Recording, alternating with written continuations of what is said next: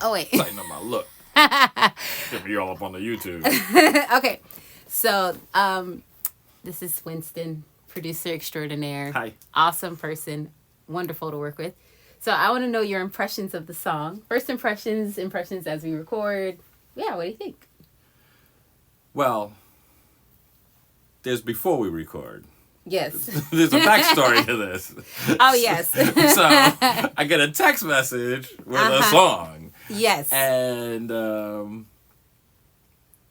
I have to live with it to try to see if I can jump inside of your head. Like, there's a whole process that goes on for days. It never just happens. Yes. And then I was like, how is this going to work out? This thing is going like this here, and then it's going like this here. Then it goes like this, and then...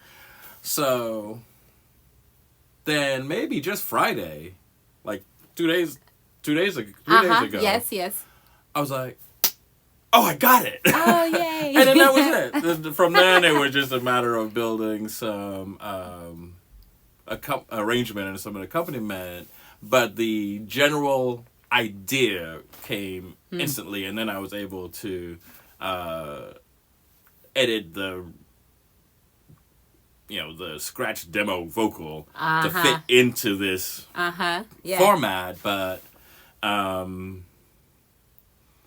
once I got it, I was like, oh my gosh, it's so beautiful. But I have to go through my your own process. Deep process, because I'm trying to serve the song.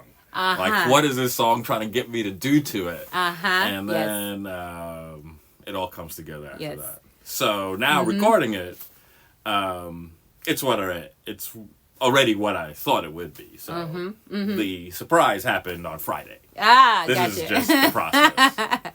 Yes. So the backstory of the song, I was telling Winston that I was sleeping and I was woken up by this melody and the words, and I was trying really hard to capture it in my inability to wake up. And it was just such a strong urge that it needed to be captured and needed to be written down. And so I got as much as I could on my little phone voice recorder. And then the next morning I started to try to really understand, what is this song, right? This wasn't a song that I chose, but I think it's something that God definitely wanted to be put out there. And it's interesting because at the time I was working through just some inner turmoil. I had written some things and journaled, and I wasn't completely at peace with whatever I wrote. And I started to realize that this song was going to be the vehicle through which I'd be able to come to terms with my own situation. So the first verse was really, in the midst of of pain, in the midst of confusion, feeling, I think for the first time ever in my whole Christian walk, feeling abandoned by God. And that being a new feeling and not really knowing, what do people do when they feel these type of things? I mean, it's such a very strange new emotion. And I think that's why the song was important, because it helped me to face, be in reality in terms of, okay, this is a relationship. And there are times in a relationship where, you want to be close to the person, but you don't feel close to them. And so that was like kind of the first verse, me acknowledging, this is how I feel with God. And yet the chorus is so just this desire to move beyond that, to live in that, but to move beyond that, and knowing that I can't do it. And almost in a sense, asking God to help me, like walk with me through this foreign place. And then months later, I wrote the second verse, and I think I was driving actually. And I was like, I need to finish this song. Driving while writing. That's allowed. No texting. It's allowed as long as you're using your voice recorder. That's right. So what I did was I was driving and I was like, let me just push my voice recorder and just sing. And whatever comes to my mind is what it's going to be. And then when I got to my destination, I wrote it down. And it was like, it was crazy because I was like, I haven't touched this in months. And I honestly don't even know where I stand with it. But it was like, I knew where I stood, and the words just came so naturally, and I was in a different place. I did feel more triumphant and more like, okay, this is a story of victory. It could have been a whole different story, but this is really a place of, man, we overcame, and that was really cool. Yeah, so, it's a psalm.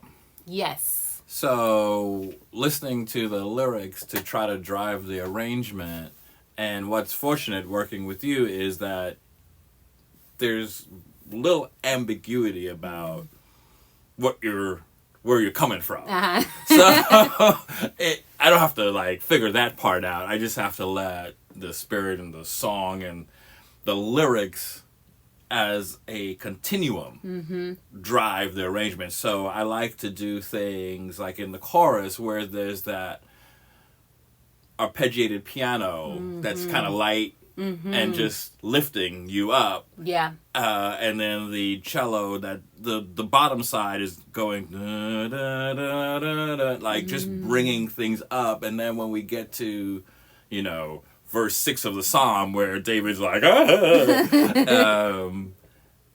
it settles into this other piece that has more space and more bottom, more gravity, but then we come back up again, and then we get to the second verse, but it's not like the first verse, right. So we're still have a little bit more activity musically that then takes us to the end, but the lyrics are really easy to follow as a arranger to say, hey, you know what, this is what's happening here musically, this is what's happening here, and then we get to this end that is clearly a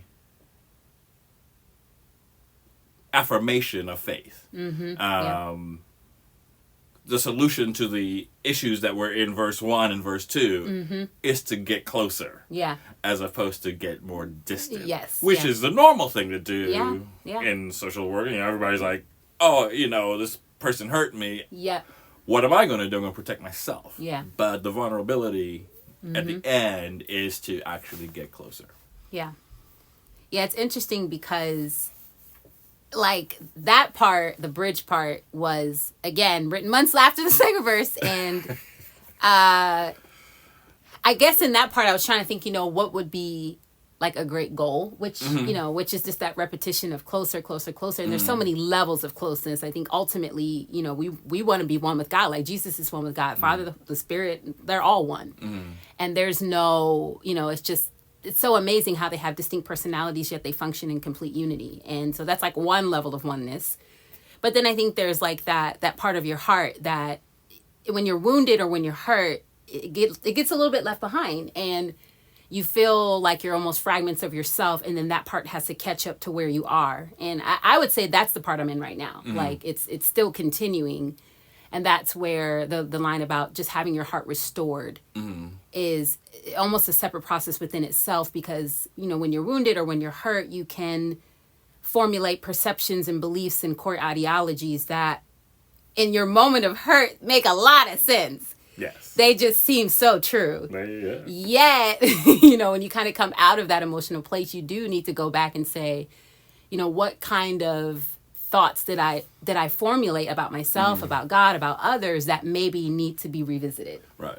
And that's where I think that's the whole totality, where everything inside of you sees and is really ultimately close to God. And so that's the process I currently am in, is, okay, how do I, where is it that, I really do sense God pulling me back, you need to go back there, right? You need to let me be there with you. And that is exciting too, because there's such a level of healing and growth and maturity that comes from that. If we don't go back, we really do miss out on.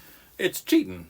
Yeah. So if you don't deal with the stuff, you have nothing. Yes. You just have there's literally nothing out here. Yes. It's all back here. Yeah. And that's why there's 100 and something Psalms. Yeah. It's all back here. You can always slay somebody, but what do you do when you go home?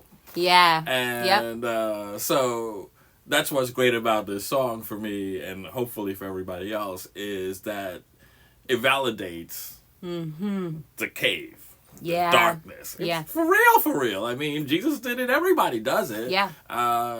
you know,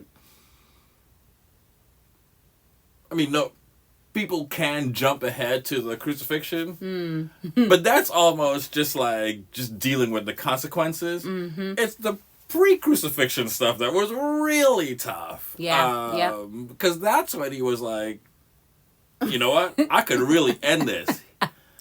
The surrender part, once you surrender, then whatever happens, happens. Uh-huh. But the verse 1 and 2 is the Gethsemane piece. Yes. The David is, running around, Saul chasing him, people trying to kill him. All that stuff is happening in verse 1 and 2. Mm-hmm. But, the surrender is the end game. Yeah. Well, thank you so much. I always enjoy this process, and hopefully you guys like the song when it's released. Bye. Yeah. Closer. Closer.